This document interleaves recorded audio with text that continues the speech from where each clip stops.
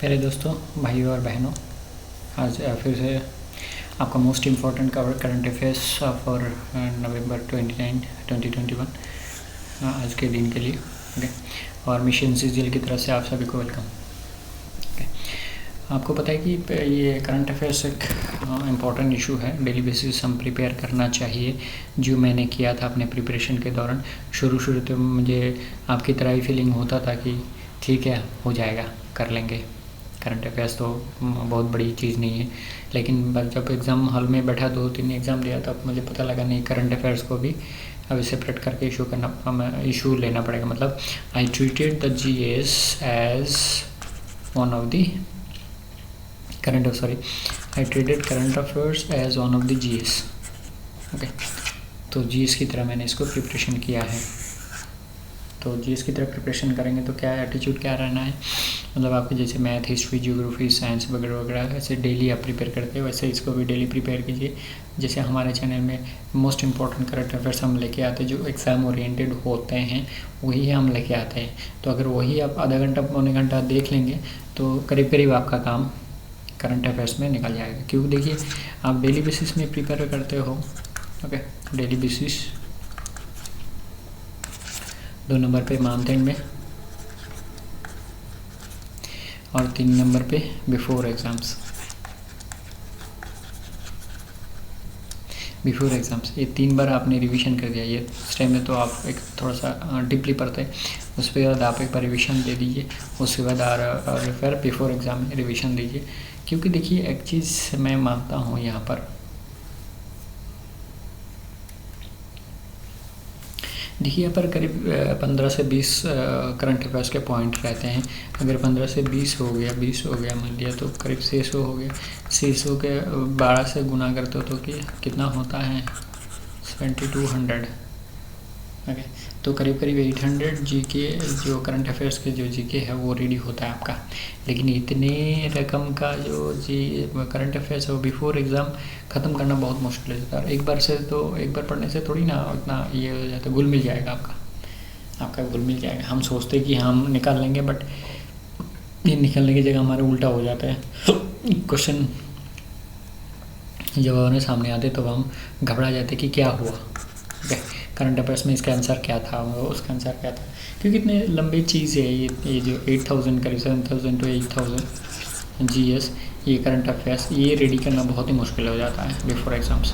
It is too difficult to prepare this 7 to 8000 current affairs just before the exam, because आपको पता है stage में acting नहीं होती है दोस्तों। तो आपको थोड़ा सतर्क होना पड़ेगा। You have to treat your current affairs as one of the GS and you prepare daily basis and prepare at the end of the month you just give a revision of that full current affairs, so that you don't need to be worried about your exams or before the exams. Okay दोस्तों, आपको एक सूचना दे दें कि हमारे 2 channel हैं। एक है मिशन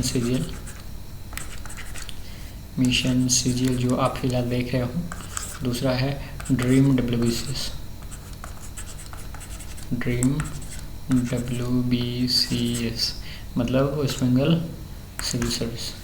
तो ये है, आपको अगर बंगाली अच्छा आता होगा तो आप बंगाली में फॉलो करें इसमें, और आपको हिंदी में अच्छा आता होगा, अगर मान लिया आप बंगाली में होगा तो आपको अंडरस्टैंडिंग में बहुत इजी होगा। बिकॉज वहाँ पर जो समझाने का जो लैंग्वेज है वो बंगाली है, यहाँ पर समझाने का जो लैंग्वेज है वो ज़्यादातर हिंदी है।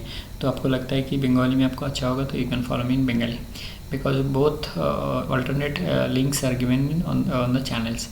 इसके लिंक इसमें दिया रहता है और इसका लिंक इसी में दिया रहता है। मतलब सीजीएल का लिंक ड्रीम WBCS में दिया रहता है और BCS का लिंक मिशन सीजीएल में दिया रहता है। तो you can follow me in both इधर में।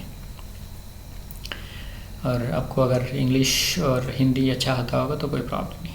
ओके, तो इसके सिवा हम और 2-4 बातें आपको बताना चाहेंगे इसके समझाने की तरह। देखिए, हम डेली बोलते हैं, क्यों बोलते हैं आपको पता नहीं है, हमें भी कुछ पता नहीं है, बट हमने इतना समझ लिया कि बोलने से हम अपने ऊपर विश्वास लाते हैं। अपने के जो उम्मीद है, अपने का जो पावर है, अपना जो एबिलिटी है, अपने जो मानसिक शक्ति है वो बढ़ाते हैं हम। Okay, I can do it, I will do it, मतलब मैं कर सकता हूँ और मैं करूँगा। करूँगा मतलब ज़रूर करूँगा, श्योर, इट इज़ 100%। ये विल मतलब 100% करना है। ओके, अगर आपने ठान लिया तो ये मान लिया तो ठान लिया, अगर आप ठान लिया तो हो जाएगा आपका काम। ये शिवकरा साहब का बुक मेरी ज़िंदगी में बहुत बड़ी भूमिका रहा है। ओके, मैं कई बार उसको पढ़ा है और मुझे इतना समझ में आया है कि अगर आपने इस चीज़ को बिलीव कर लिया कि आप कर सकते हैं तो कर सकते हैं, अगर आपने इस चीज़ को बिलीव कर लिया कि आप नहीं कर सकते हैं मतलब नहीं कर सकते।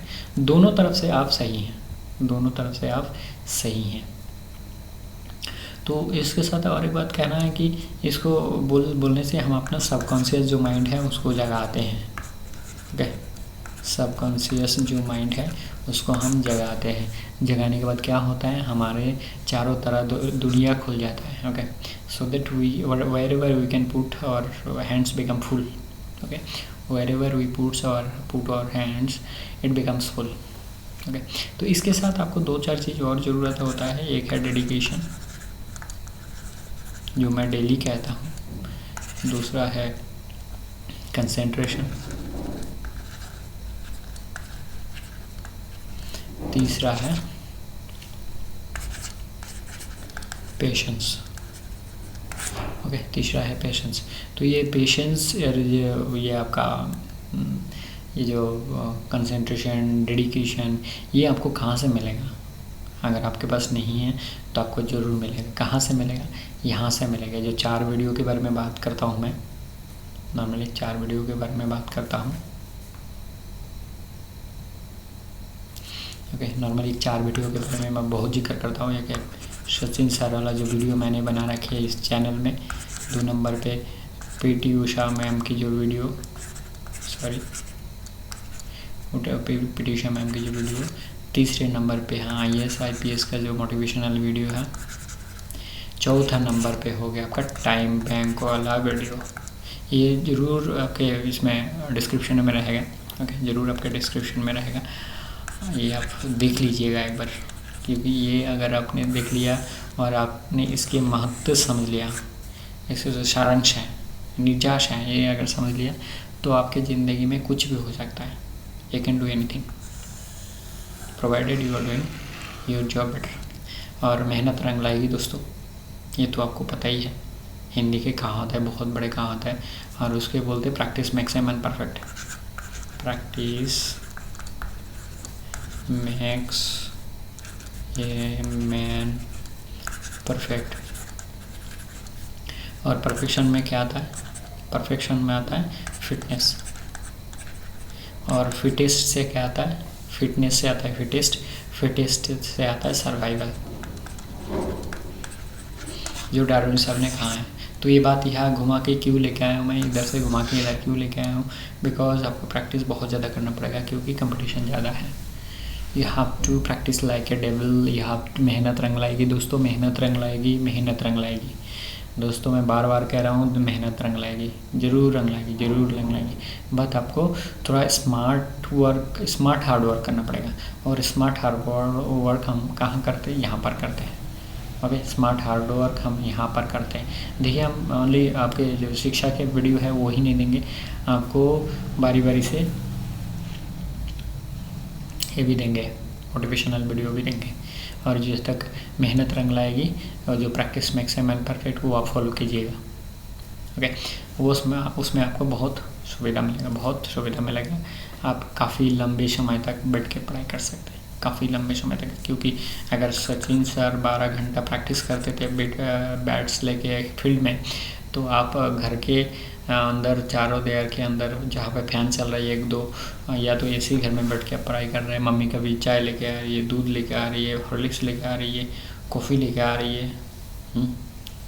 इतनी सुविधा होने के बाद आप, मतलब मैं कहूँगा तो दोस्तों, जागो, बहुत लेट हो चुका है, जग जाओ, कुछ करना है तो जग जाओ। बिकॉज आपके पास इतना सुविधाएं हैं। पीटी उषा मैम बालू में भागती थी, ओके, प्रिपेयर करने के लिए बालू में भागती थी। ओके, प्रिपेयर करने के लिए बालू में भागती थी। तो आपको बालू में नहीं भागना है, लेकिन आपको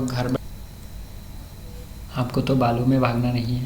आपके माथे के ऊपर फ़ैन चल रहा है या साइड में और एक फ़ैन चल रहा होगा, या तो आप ऐसे ही घर में बैठ के पढ़ाई कर रहे होंगे। कहीं ना कहीं आपके फ़ैन की सुविधा है, हवा की सुविधा है, आप बालू में नहीं भाग रहे, तो आप क्यों नहीं कर सकते हैं।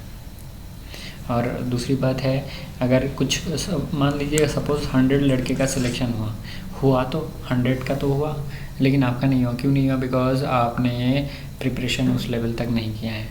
बात ये है और कुछ नहीं है। हर साल कुछ ना कुछ एग्ज़ाम में किसी ना किसी सिलेक्शन, किसी का ना किसी कैंडिडेट का सिलेक्शन हो रहा है, ये आपको मानना पड़ेगा। क्योंकि रिज़ल्ट निकल रहा है, आप भी देख रहे हो, मैं भी देख रहा हूँ। ओके, रिज़ल्ट निकल रहा है।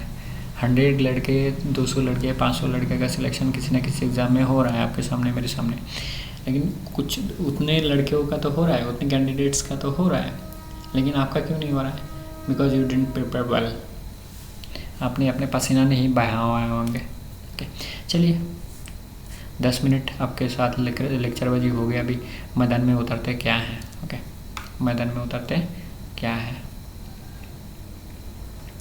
अच्छा, फर्स्ट इंटरनेशनल आप लोगों को बताया कि इंटरनेशनल पहले रहता है। New Russian module named Prichal. Okay, Prichal pier docks with international space station. जो हम क्या कहते हैं इसको, हम ISS कहते हैं इसको, इंटरनेशनल स्पेस स्टेशन, जहाँ पर रशियन मॉड्यूल नाम है प्राइचल पायर। Okay, pier. आगे क्या बोलता है 1 नंबर पॉइंट में, it has 6 docking ports and will value potential future expansion of Russian segment of the station. Russian segment of the space station के एक्सपेंशन करेगी। ओके, ये वाला एक्सपेंशन करेगी। The module has moved to the docking ports of the new Russian Nauka science laboratory model. तो कहाँ पर मूव किया हुआ है? To the docking port of new Russia Nauka science laboratory model. यहाँ पर है मूड किया हुआ है, यहाँ पर है मूड किया हुआ है, मूडिंग। अब मूडिंग का जो ये है शब्द है, मैं और एक बात कहना चाहूँगा इस पर आपको। कुछ शब्द का जो मीनिंग है वो अगर नहीं समझ पाए तो गूगल में सर्च कीजिएगा। इमेज बोल के एक ऑप्शन आता है, इमेज बोल के एक ऑप्शन आता है, उसमें देखिएगा कि उसको देखने में कैसा लगता है। जैसे कि हम मूवी देखते तो हमें याद रहता है, तो जो पिक्चर है वो पिक्चर देखने से हमको काफ़ी लंबे समय तक याद हो सकता है वो चीज़ कैसा है, देखने में क्या होता है। ओके, तो इनका नाम है प्राइचल और ये ISS में डॉकिंग किया गया है। इसका 6 डॉकिंग पोर्ट्स है। ओके, जो रशियन एक्सपेंशन को करेगा, एक्सपेंशन को बढ़ावा देगा। ओके, और module has moved to the docking port of new Russian Nauka science laboratory module. ये 2-3 चीज़ अगर आप ऐसे याद करें, क्योंकि हमने सोचा कि थोड़ा मॉडिफिकेशन करते हैं। देखिए, हर आदमी जैसे जैसे एक्सपीरियंस पढ़ता है वो धीरे धीरे चीज़ों का मॉडिफिकेशन करता रहता है। तो हमने भी सोचा हमारे चीज़ों का मॉडिफिकेशन करवा दें। ओके, हमारी चीज़ों का मॉडिफिकेशन करवा दें।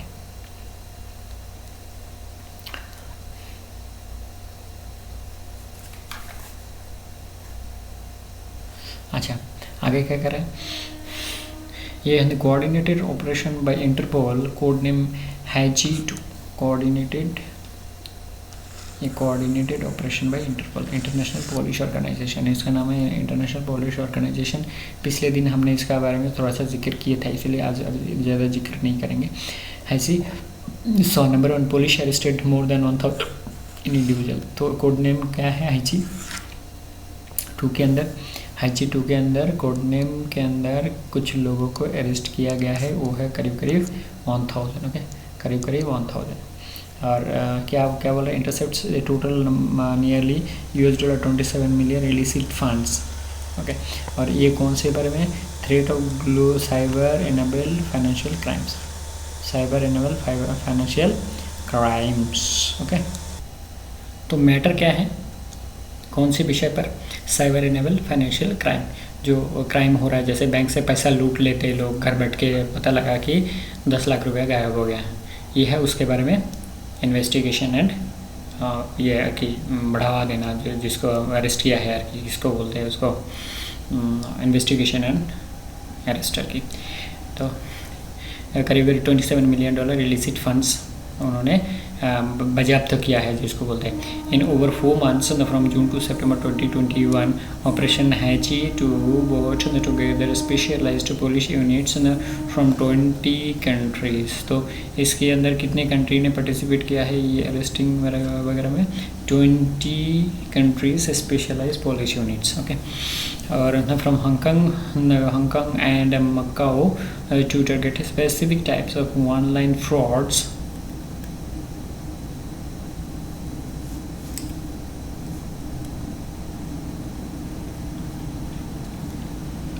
a specific type of online fraud such as romance scam, investment fraud and money laundering associated with illegal online gambling।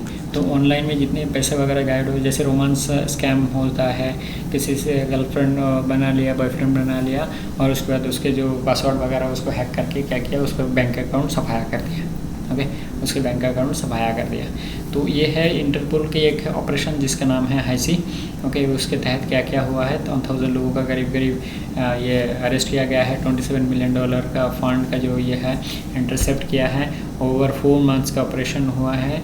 20 country से स्पेशलाइज पुलिस यूनिट को लाया गया है।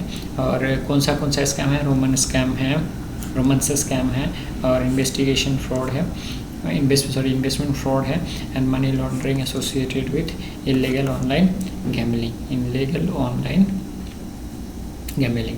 तो ये बहुत अच्छा काम है इंटरपोल की तरफ से। Okay, International Police Organization. अच्छा, आगे कहता है कि बिमस्टेक का फुल फॉर्म आपको पता है शायद, अगर नहीं पता है तो यहाँ पर ही मालूम चल जाएगा हमारे को। Bay Bengal initiative for multi sectoral technical and economic cooperation. Bay of Bengal, B for Bay of Bengal Initiative for Multi-Sectoral Technical and Economic Cooperation. BIMSTEC is a regional and organization comprising 7 member states lying the littoral and adjacent area Bay of Bengal, constituting a contiguous regional unity. Okay, मतलब contiguous means एक साथ बाजू बाजू में। This sub-regional organization came into being in 6th June 1997 through the Bangkok Declaration। तो किसके तहत आया हुआ है? बैंकॉक डिक्लेरेशन के तहत आया हुआ है। ओके, द सब-रीजनल ऑर्गेनाइजेशन बोल रहा है। सब-रीजनल मतलब regional. It constitutes 7 member states and 5 deriving from the South Asian country including Bangladesh, Bhutan, Nepal, India, Nepal, Sri Lanka, and 2 from Southeast Asian, Myanmar and Thailand. Initially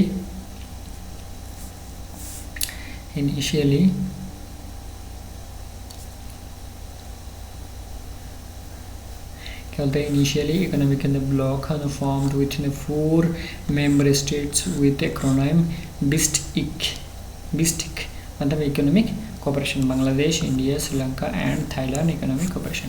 ये 4 देशों की था। अभी कितने हो गए? 7 हो गए। म्यांमार कब ज्वाइन किया है? 22 December 1997 during the special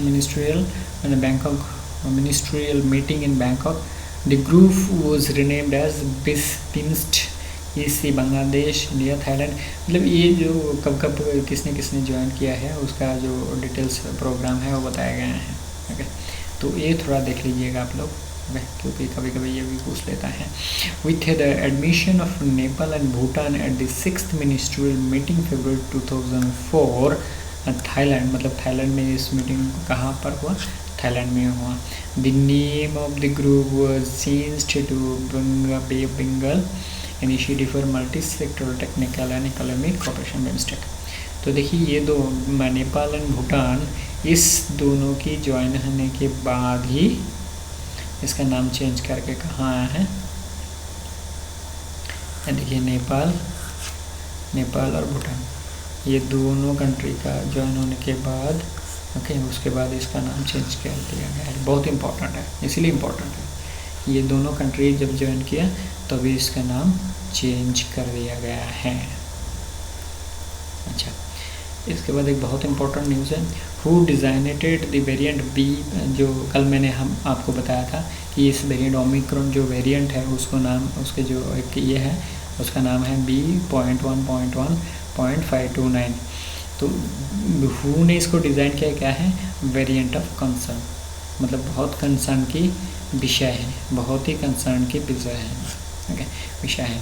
named Omicron on the advice of the technical advisory group on virus evolution, tag VE, okay, tag VE, जो टैग VE उसका ये जो यूज़ है, इनका ये कमेटी है जो टेक्निकल एडवाइजरी ग्रुप है, ओके, तो उसके जो उसने जो ये है संकेत दिया, ये जो टेक्निकल एडवाइजरी ग्रुप ने जो संकेत दिया है उस संकेत के तहत ये हु ने क्या बोला, ये वेरिएंट ऑफ कंसर्न्स है, वेरिएंट ऑफ कंसर्न्स है। आगे क्या कहता है, this decision is based on the evidence on the presented to the TAG VE that Omicron has several mutations that may have an impact on how it behaves, for example on how easily it spreads or the severity of the illness is caused। ये वाला line नहीं चाहिए, ये वाला line नहीं चाहिए। on how it easily it's spread, मतलब कितना जल्दी, बहुत जल्दी से, कितना easily it can spread और the severity of illness it causes, मतलब कितना सीवियर हो सकता है, कितना सीवियर हो सकता है। तो यहाँ पर मेन इशू है कि ये जो BE.1.1.529 हु ने किस हिसाब से देखा है, okay, variant of concern, variant of concern किसके वो, ओमिक्रॉन को, ओके, ओमिक्रॉन को। कौन से बेसिस पे, technical advisory group on virus evolution, इसके बेसिस पे। तो ये आपका एक इम्पोर्टेंट इशू हो जाता है कि हु,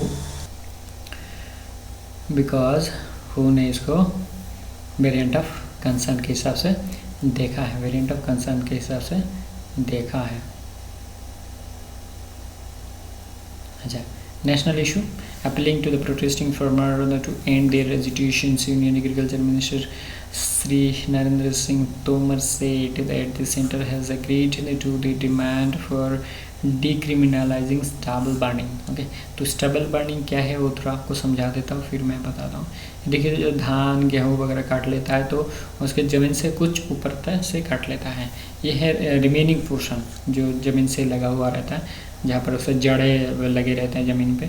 और यहाँ पर देखिए ये जल रहा है, ये जो पोर्शन है ये देखिए जल रहा है। तो ये जो कटा हुआ पोर्शन रहता है इसको किसान लोग जला देते हैं, ओके।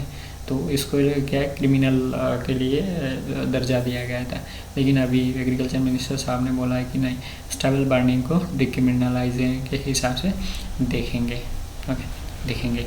ये जो पोर्शन देखिए, छोटा छोटा पोर्शन कटा हुआ पोर्शन रह गया इधर ही, और ये इधर इस पोर्शन को, ये जो लेफ़्ट साइड है यहाँ पर देखिए जल रहा है, और राइट साइड जो है यहाँ पर अभी भी है।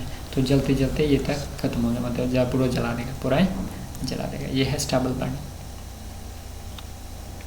अब आगे क्या बोलते हैं, prime minister Narendra Modi has announced to constitute the committee to deliberate on the issues of crop diversification, zero budget farming and making MSP system more transparent and effective. तो इसके अंदर इसके साथ ही जैसे कि करीब 1 साल से इनका जो किसान मंच है, इनका बहुत लंबा 1 साल का लंबा जो हेजिटेशन चला, उसको चलते देखते हुए कि सरकार ने फैसला लिया है कि जो 3 फार्म्स लॉ है उसको विड्रॉ करेंगे। और आज का जो 29 में उसको टेबल में पेश किया जाना था कि it is being repealed and cancelled, okay.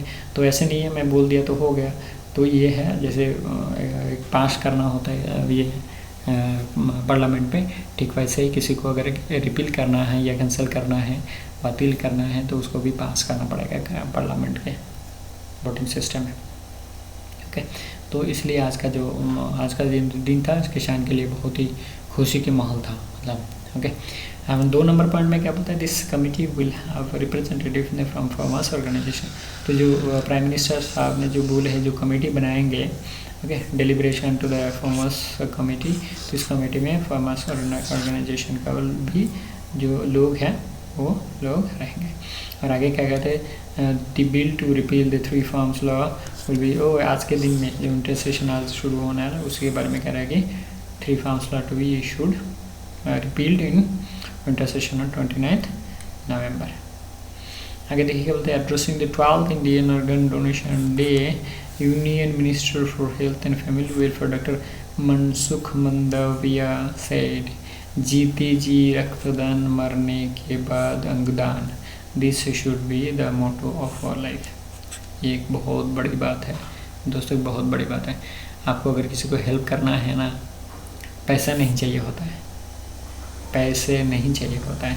आप रक्तदान कीजिए किसी आदमी को, जब हॉस्पिटल से रक्तदान शिविर होते हैं वहाँ पर रक्तदान कीजिए, बिकॉज 6 महीने 3 महीने के अंदर आपके जो ब्लड है वो पूरा हो जाता है। ओके, आपका जो खून है वो पूरा हो जाता है, जो आपके जो रक्त है वो पूरा हो जाता है। तो रक्तदान बहुत अच्छा दान है, बहुत महान दान है। और मरने के बाद अंगदान, तो अंगदान तो आप कर नहीं सकते जीते जी, तो मरने के बाद आप कीजिए रक्तदान अंगदान, सो दैट आप मरने के बाद भी आप किसी को हेल्प कर सकें। देखिए, हेल्प करने की जो अगर इच्छा हो तो बहुत तरीक़े से हेल्प कर सकते हैं, पैसा दे के नहीं। आप एक जो 300-350 ml का जो ब्लड है वो भी अगर दान करेंगे तो किसी न किसी के काम में आएगा, वो फेंका नहीं जाता है, किसी न किसी काम में आता है। तो ये हमारे जो family and health and family welfare minister साहब ने जो बात कही है, ये जीते जी रक्तदान और मरने के बाद अंगदान, बहुत बड़ी बात है दोस्तों, बहुत बड़ी बात है, बहुत बड़ी बात है। आप भी हो सके तो कीजिएगा। ओके, आगे The Hunar Haat received the India International Trade Fair 2021 silver medal for strengthening commitment to vocal for local initiative and for its strong presence in the fair. The Indian Minister for Minority Affairs, Sri Mukhtar Iqbal Naqvi, has said that lakhs of people visited Hunar Haat at Pragati Maidan. तो प्रगति मैदान में जो हुनर हाट हुआ है, over लाखों लोगों ने वहाँ पर विजिट किया है हुनर हाट। ओके, तो the sale of indigenous products में worth crores of rupees to place, तो करोड़ों का बेचा के ना हुआ है। ओके, यहाँ पर आगे बोलता है, the Hunar Haat receives the prestigious Indian international trade fair silver medal for strengthening the commitment, जो पहली लाइन में जो हमने कहा है, and its strong presence in the fair, placing of orders of over 12 crore rupees to place at Hunar Haat from artisans and craftsmen। तो artesian and craftsman की तरफ से 12 करोड़ रुपए की जो ऑर्डर प्लेस किया गया है यहाँ पर। ओके, 12 करोड़ रुपए की ऑर्डर प्लेस हुआ है। तो ये जो गुजरात से अरुणाचल प्रदेश और कन्याकुमारी कश्मीर, ये तरह तरह के लोग हमारे आर्टिजन एंड क्राफ्ट्समैन हैं, तो बहुत सारी चीज़ों की आमदनी प्रगति मैदान में हुई थी, और जिसकी वजह से बहुत सारे लोगों ने विजिट किया और हमारे खरीदारी हुई है। Okay,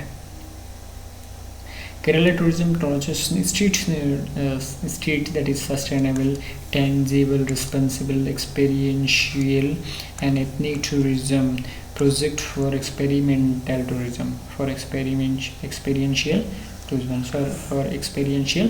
tourism. Sports in 7 district, तो कितने डिस्ट्रिक्ट में स्पोर्ट्स किया गया है? 7 डिस्ट्रिक्ट में स्पोर्ट्स किया गया है, with which would help visitors experience the diversity of offering of this location की लोकल्स। तो डाइवर्सिटी, यहाँ पर बहुत डाइवर्सिटी आपको पता है। केरल में अगर आप एक बार जाए वहाँ पर, तो आपको बार बार जाने की इच्छा होगी। If you have gone once, then you will have a requirement of going again and again. Okay, because your mind will set like such a way, because hospitality वहाँ पर बहुत अच्छे हैं। ओके, बहुत अच्छे हैं हॉस्पिटलिटी, लोग कहते हैं। Conceived by the responsible tourism mission is inspired by the Tourism for Inclusion Growth slogan of the United Nations World Tourism Organization। तो ये इंस्पिरेशन कहाँ से मिला है इनको मिला है UNWTO वर्ल्ड टूरिज्म ऑर्गेनाइजेशन से मिला है। Okay, the green street culture, street village life experience, street and experiential street and agricultural tourism, street water street and art streets are the theme that have been planned as part of this project। तो ये सारे streets जो है उन्होंने plan किया है। उन्होंने plan किया है कहाँ? केरला में। स्ट्रीट्स जो टूरिज्म सेक्टर में जो इनिशिएटिव लाया गया है, उसके तहत इतने सारे स्टेट का उन्होंने आयोजन किए हैं, हैरेसमेंट किए हैं, मतलब कहने का मतलब ये है। तो केरला, आपको पता है केरला ऐसे ही एक टूरिज़्म स्टेट है, जैसे केरला हो गया, गोवा हो गया, सिक्किम हो गया, कश्मीर हो गई, तो ये सारे क्या है टूरिज़्म स्टेट। और वहाँ पर अगर टूरिज़्म को और बढ़ावा दिया जाए तो लोग और भागेंगे, और टूरिज़्म मतलब वहाँ पर टूरिस्ट हिसाब में और ज़्यादा उनका बढ़ोतरी होगी। ओके, और ज़्यादा बढ़ोतरी होगी। तो आगे देखिए हम क्या करते हैं। The government and the think tank Niti Aayog's multi-dimensional poverty index listed Kerala state as one of the lowest in the poverty of 0.71% across India, followed by Goa 3.76% and Sikkim with 3.82%, Tamil Nadu at 4.89% and Punjab with 5.59%. तो हमें ऊपर से 3 चाहिए और नीचे से 3 चाहिए। Okay, हमें ऊपर से 3 चाहिए और नीचे से 3 चाहिए।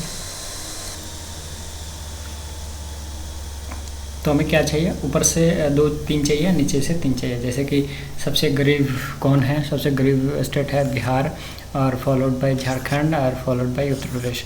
और ऊपर से कौन सा है, नीचे से है 3 स्टेट सबसे गरीब। और सबसे अमीर कौन सा स्टेट है, सबसे अमीर है केरला, और उसके बाद गोवा, और उसके बाद सिक्किम। देखिए तीनों स्टेट जो है वो टूरिज़्म में भरे पड़े हैं, टूरिज़्म भरे पड़े हैं, और जिसके तहत इनका जो रेवेन्यू अर्निंग्स है बहुत ज़्यादा है। जैसे हम केरला बोले, और गोवा तो आपको पता ही है, गोवा के बारे में तो जितना बोलो उतना कम है। और सिक्किम हमारे जो बंगाल की तरफ से जो इतने हैं, ये है सिक्किम की तरफ से टूरिज़्म के बहुत बढ़ावा है। ओके, बहुत ही ज़्यादा है यहाँ पर टूरिज़्म। ओके, तो अगर नीति आयोग को बोलेगा तो फाउंडेड 1 जनवरी 2015, CEO अमिताभ कांत, और headquarters new Delhi. Indo-German Science and Technology Center IGSTC for encouraging women researchers in joint research and development project launched। Okay, तो IGSTC जो है वुमेन्स मतलब महिलाओं के लिए research and development project launch किया है। A first of its kind programme to promote women in the field of research and development through their lateral entry. अब ये प्रोग्राम का नाम क्या है, वाइजर। The programme called women's involvement in science and engineering research programme was launched. Okay, वाइजर will enable gender equality and women's participation in the science and technology through IGST's program।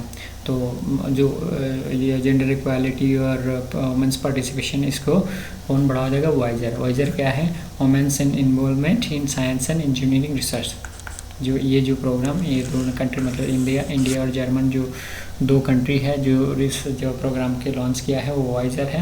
Visor में women लोगों का मतलब female लोगों का involvement science and technology engineering research में कम करने वाले हैं। और इनके इसके जो बेसिस और एक जगह है वो है women empowerment and equality, gender equality. Okay, gender equality and women empowerment, ये 2 मुद्दा हैं जो रिसर्च एंड टेक्नोलॉजी के साथ साथ बढ़ावा देगा। Very good. अच्छा, आदर्श में एक बहुत अच्छा इंपॉर्टेंट न्यूज़ है।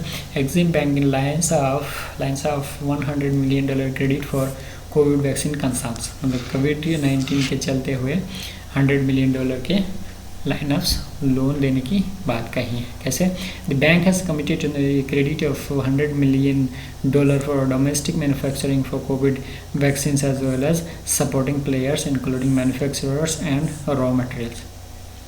तो मैन्युफैक्चरिंग एंड रॉ मटेरियल्स ये इनको हेल्प करने के लिए ये सारे लाइन अप कर दिया गया है। दोस्तों बहुत अच्छा एक इनिशिएटिव है। कोविड चलते पता है आपको, आज 29 नवंबर 2021 हम ओमिक्रॉन के बारे में हम सुने हैं और उसको चलते हैं काफ़ी ज़्यादा लोग संतृप्त हैं, फियर्ड हैं। और उसी में एक खुशखबरी ये है कि $100 मिलियन एक्सिम बैंक है। एक्सिम बैंक क्या है, export import bank. These loans are expected to be sanctioned by the end of this financial year and it is to be used to boost manufacturing capabilities as well as export। मतलब ये क्या है, only manufacturing ये नहीं करेंगे, इसमें क्या होगा, एक्सपोर्ट के लिए भी यूज़ किया जाएगा। अगर एक्सपोर्ट कर सकते तो हमारे लिए, अगर बाहर के देशों के जो पैसा है घर आने का एक बहुत बड़ा इशू बनेगा, जिससे हम बहुत पैसा घर में ला सकते हैं, मतलब इंडिया में ला सकता है। एक हमारे लिए बहुत बड़ा एक कदम है इंडियन गवर्नमेंट की तरफ से। ओके, तो फोर्थ में क्या है, टू इसमें थर्ड में क्या बोलते हैं, it is to be use to boost manufacturing and export. Fourth में बोलता है the two Hyderabad based players. अच्छा, यहाँ पर एक चीज़ शायद बोलना के लिए भूल गया मैं, 7 कंपनीज़ के लिए ये दिया जाएगा, 7 कंपनीज़ के लिए दिया जाएगा। और क्या बोलते हैं, कैपेबिलिटीज़ फॉर ऑल्सो, ठीक है। हैदराबाद बेस्ड जो 2 प्लेयर हैं उनका नाम क्या है, भारत बायोटेक जो कोवैक्सीन बना रहा है, और बी जो है BE लैब लिमिटेड, ये क्या बना रहा है, कॉर्बेवैक्स। ये क्या बना रहा है, कॉर्बेवैक्स। तो ये मतलब ये थर्ड स्टेज के ट्रायल में है, फेज़ 3। तो ये भी हमारे कोवैक्सीन के हिसाब में काम में आएगा। ओके, काम में आएगा दोस्तों। बहुत एक अच्छा इनिशिएटिव है from the EXIM bank. Okay, ये बोलते हैं internal working group of RBI, the reserve bank of India has accepted 21 out of 33 recommendations and internal working groups of the internal working groups set up to review the extent of ownership guidelines and corporate structure for Indian private sector banks। तो ownership और हो गया corporate structure, मतलब corporate का क्या मुद्दा होगा, with partial modifications where it's considered them to be necessary and the remaining recommendations are under examination. तो जो 21 है उसमें थोड़ा मॉडिफिकेशन करके इशू कर मतलब एक्सेप्ट कर दिया गया है, और बाकी जितने बचे हुए हैं वो अंडर एग्जामिनेशन है। The RBI accepted recommendations of the raising cap of promoter stakes from the current 15% to 26% of the paid-up voting equality share of capital of the bank। तो ये जो ये वोटिंग परसेंटेज कितना बढ़ाया है, 15 से 26, तो 15 से 26 तक बढ़ाया गया है।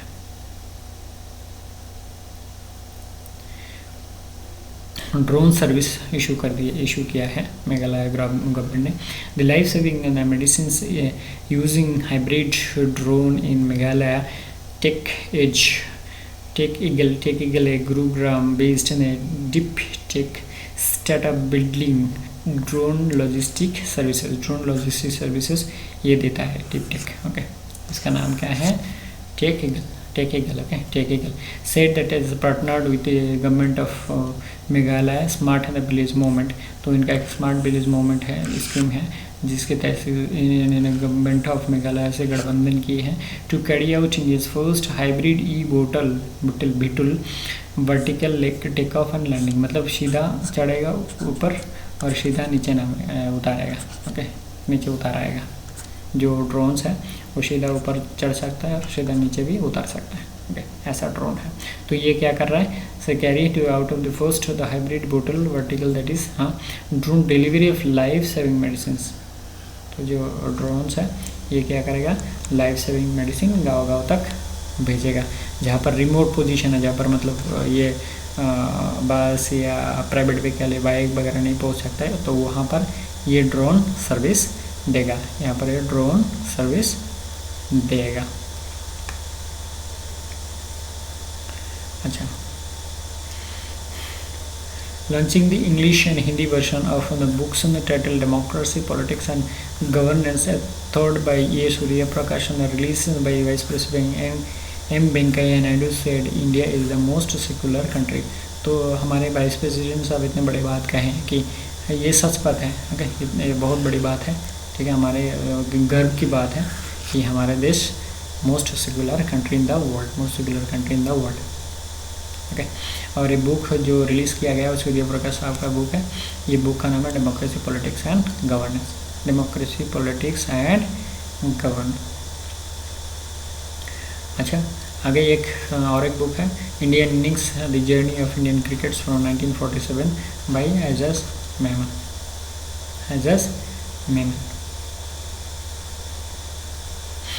Veteran songwriter, Broadway composer and lyricist Stephen Sondheim who redefined American music। ये बहुत ज़्यादा इम्पोर्टेंट हो जाता है, इसीलिए मैंने इस पॉइंट को लेने की ये किया है, अर्ज किया है कि इसको भी दे देते, क्योंकि अमेरिकन म्यूज़िकल थिएटर का जो रिडिफाइन किया है वो बहुत बड़े महान व्यक्तित्व होते हैं। ओके, तो इसका नाम याद कीजिएगा, ब्रॉडवे कंपोजर लिरिसिस्ट ओके, ये ब्रॉडवे का कंपोजर लिरिसिस्ट है, इसमें भी उसके महत्व बन जाता है।